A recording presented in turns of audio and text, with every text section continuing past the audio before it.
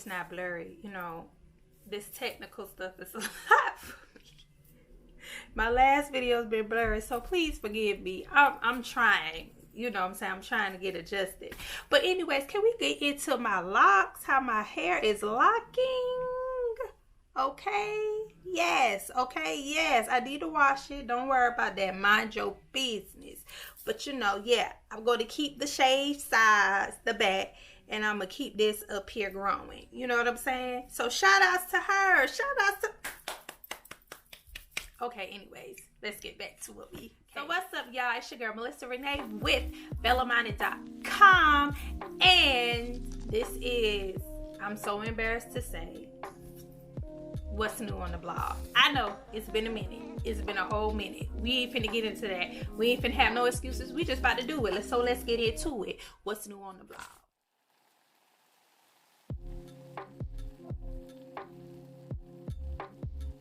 If you haven't checked out the blog for the month on BellaMinded.com, make sure you go subscribe to BellaMinded.com and you go read that blog for yourself and comment and give me any type of feedback that you would like to give me. Wanted to use this blog as a way to kind of talk about my personal growth and what I'm going through, and that's typically what I do and how I use my blogs. It's talking about my progression and my growth as a person. And one thing that I realized with me is that I came to a place where I've been a little standoffish, a little guarded when it comes to putting myself out there, connecting with new people. Those things, of course, are due to, you know, not the best experience with people outside of you.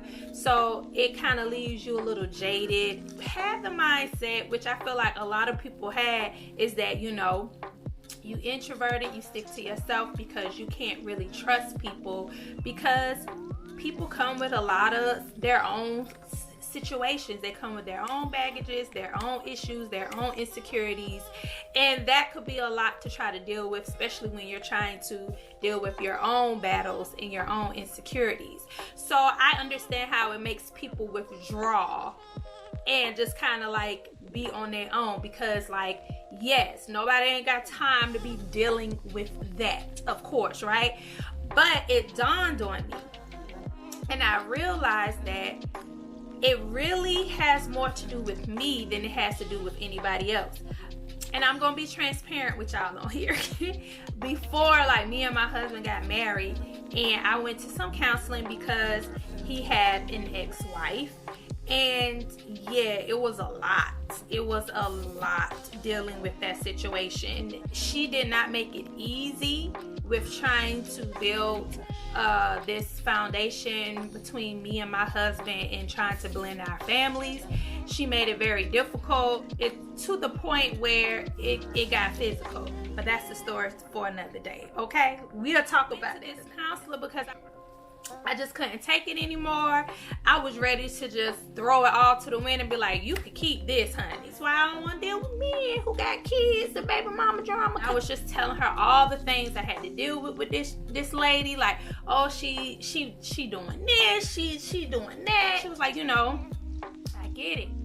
I get that, how that can make you feel. I get how that could definitely affect your relationship, but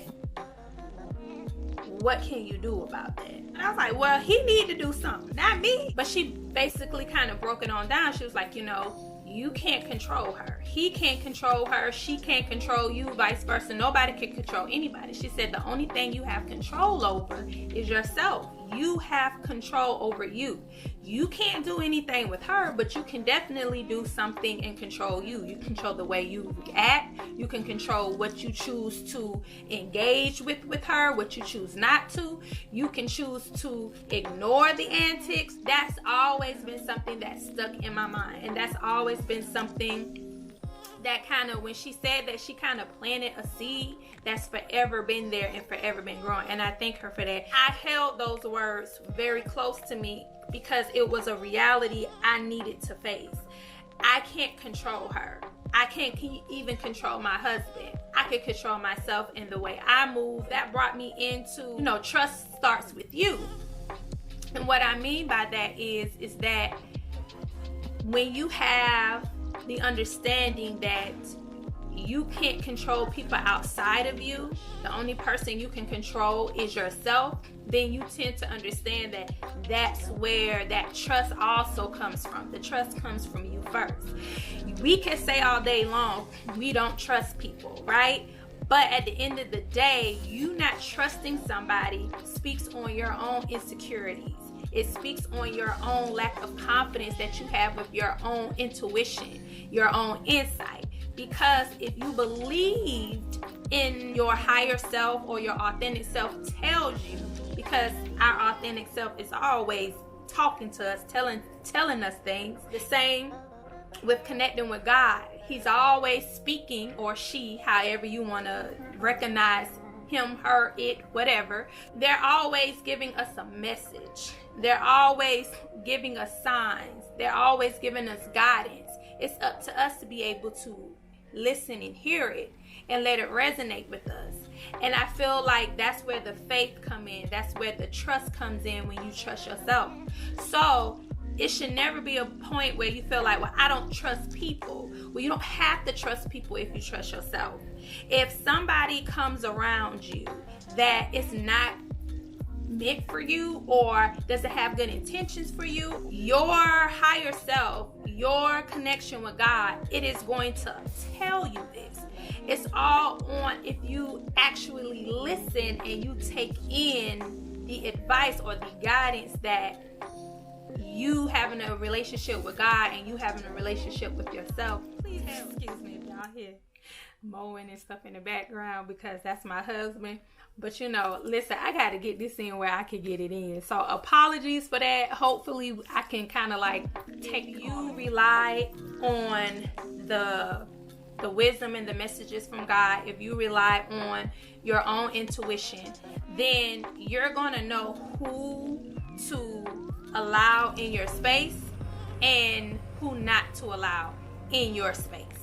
You're going to know these things. It's going to be innate in you. I feel like a lot of the times when we're so cautious of people and so hesitant of letting people in our space and not trusting people and become very, very introverted, it's because we don't trust our own judgment, our own insight, our own intuition.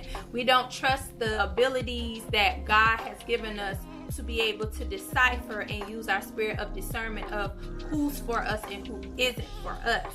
And that goes back to your confidence and you having confidence in yourself, which goes back to you having self-control.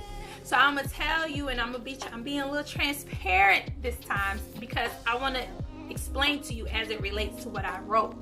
So as it relates to the blog, Trust Issues Start With You, is a situation that happened maybe a year ago with my husband. Things that was looking a little etchy and sketchy, in the way he was moving to me. And I was very furious about it. And, I addressed the situation. I spoke to him on what things were looking like, the way he was moving.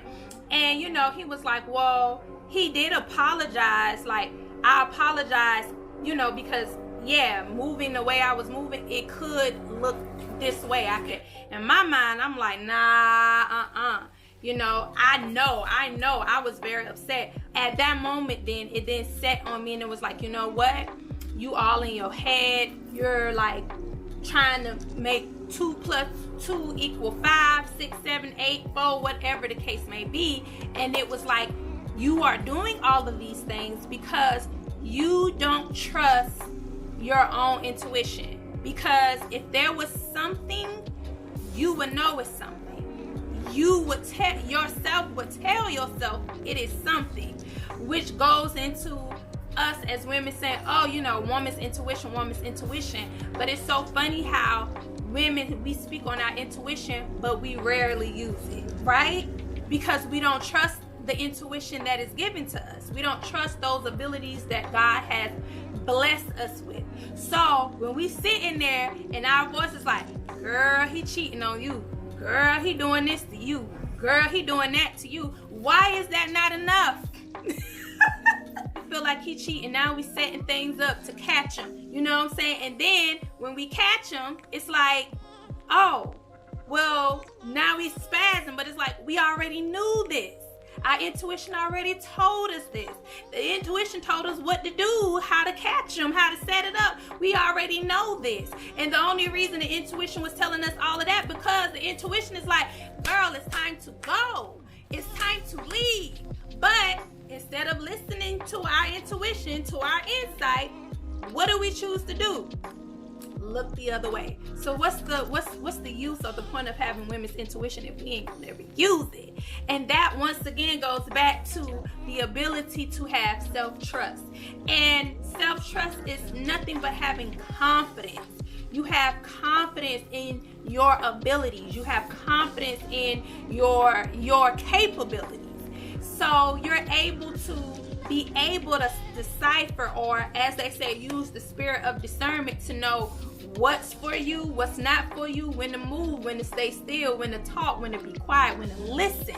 Definitely check it out, because that blog basically breaks down like, what is self-trust, which I just explained. Where does it come from? Like, where do we have this lack of self-trust? What does that happen? Now with me personally, I feel like my lack of self-trust, it coincides with my lack of confidence, me not having confidence in myself. Like, as soon as we, like, even me sitting here speaking on this, I know it's people who may disagree. The old me who didn't have the confidence, I wouldn't speak with conviction with this, because I'd be like, well, if they say that, it's, well, maybe I'm wrong. But now I'm in a place, you don't have to agree. It's from experience. This is my own walk. This is my own journey. This is lessons that I've learned. So I don't care if anybody agrees. I know this. This is what I know. This is what my spirit of discernment, my intuition, this is what the message from God has given me and rests on my soul and on my shoulders. I didn't stand firm on things that I knew. Things that I knew in my heart of heart. As soon as I said it to somebody, it had me second guessing myself. And it's like, no, I'm not second guessing myself no more. This is what was sent to me, what was meant for me in this moment for whatever purpose or reason going forward. Just because I feel like sometimes even our adults and guardians and people in our lives, sometimes they can't teach you what they don't know and they don't have either. You know, they'll teach you that self-confidence is holding your head up and walking proudly and, you know, talking this way and acting this way and dressing this way. You don't have to talk or walk or do anything in particular. It's just going to happen, because it's just going to, what's inside is going to reflect outside, basically.